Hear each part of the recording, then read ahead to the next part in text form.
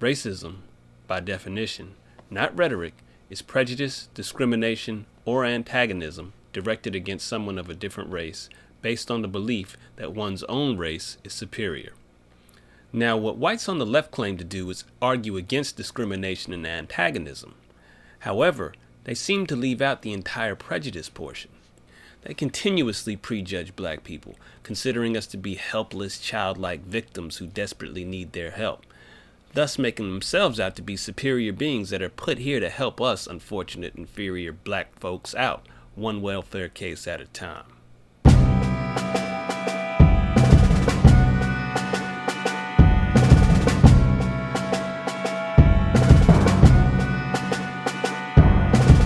Ami Horowitz conducted a few man-on-the-street interviews where he asked white liberals how voter ID laws could suppress the black vote.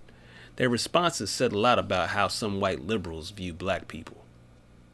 Because they're less likely to have state IDs. Minority voters are less likely to have the kinds of IDs that have been described or required. These type of people don't live in areas with easy access to DMVs or other places where they can get identification. You can always get IDs you do over the internet.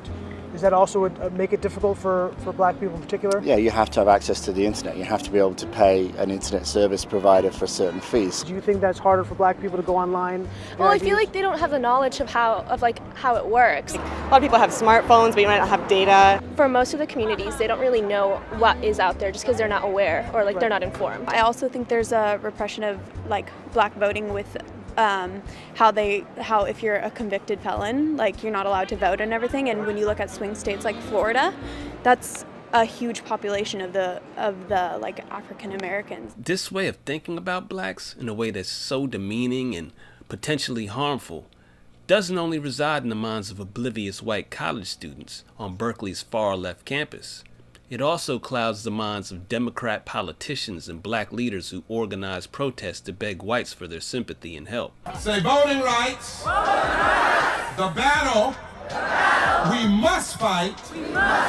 And we will win. Of course, blacks on the left don't see it as begging, nor do they see how it makes us look pitiful.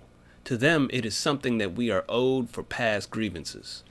When we pass a stimulus budget, for instance, we need to specifically think about helping people who have been injured in our past because they've occupied a certain place in our country.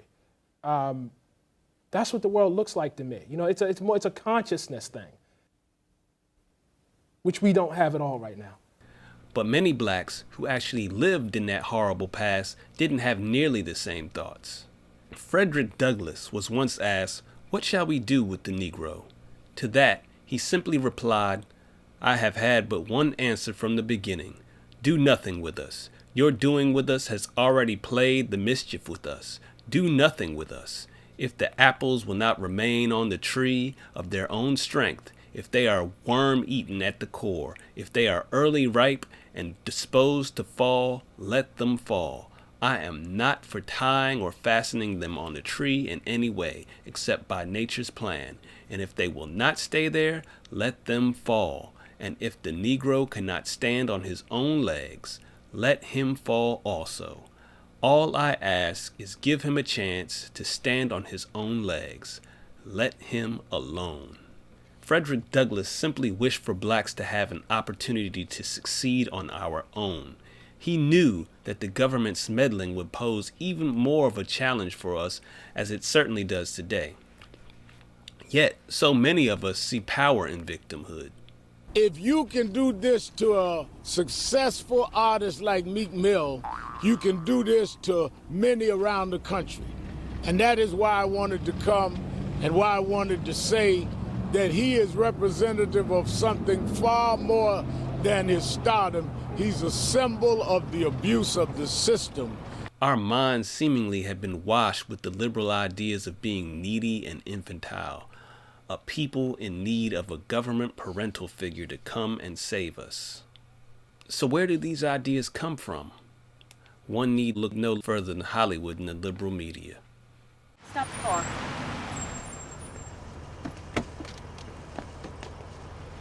Big Mike. Hey, my name's Leanne Toohey. My kids go to Wingate. You said you were going to the gym? School gym's closed. Why were you going to the gym? Big Mike, why were you going to the gym? Because it's warm. Do you have any place to stay tonight? Don't you dare lie to me.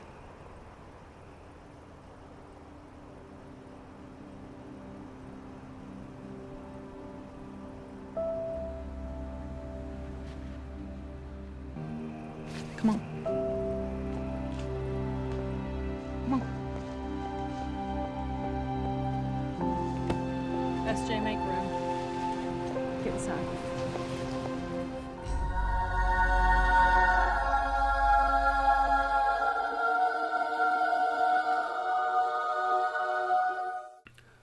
The white savior character. She or he shows up regularly in some form or another in many Hollywood films. We've seen this character so frequently that it's etched itself into our conscious and subconscious minds. Hollywood absolutely loves these stories, making the same movie over and over again each year. Do you believe, sir, in justice, as you said? I do. Slavery is an evil that should befall none. I believe so. If you truly do, then I ask, I beg, that you write my friends in the North, acquainting them with my situation, and beseeching them to forward free papers.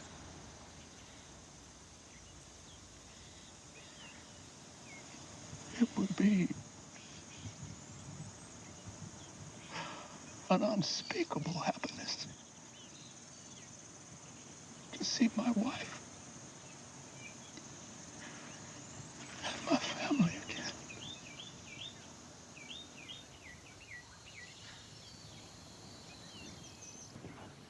My freedom is everything. The fact that I can walk out of here tomorrow brings me great pleasure. Life doesn't mean much to anyone. It seems yours might mean a lot to a whole lot of people.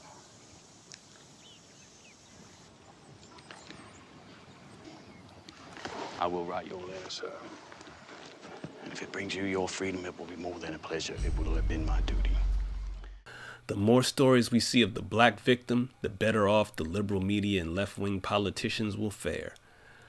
Where would they be without someone to help them look morally superior to those dastardly folks on the right who ask you to help yourselves? And since we know the media leans heavily to the left, as does Hollywood, who stands to benefit from all these images of blacks who can only do well if a white person is there to help them through the treacherous, racist American landscape? I think we all know the answer to that. The better question may be, why would we put our support behind a political system that does better when we are victims in need of their help versus one that wants us to help ourselves and does better when we actually do? Think of all the policies that many believe will help blacks. How harmful and demeaning are those policies, really? Affirmative action makes it seem as if we couldn't compete based on our skill sets or based on our own merits. It leaves people to question whether we were the most skilled or just a charity case. Minimum wage increases, which actually have a racist history, have continually priced many black teens out of the market as they were intended to originally when black workers were willing to work for less than whites. Welfare has effectively destroyed the black family as it incentivizes single mother households instead of incentivizing strong two-parent homes. These are the kind of things that the majority of black voters have been tricked into voting for, because it sounds good from a moral standpoint on paper, but in practice these things are truly harmful and have torn at the fabric of Americans and of black Americans in particular.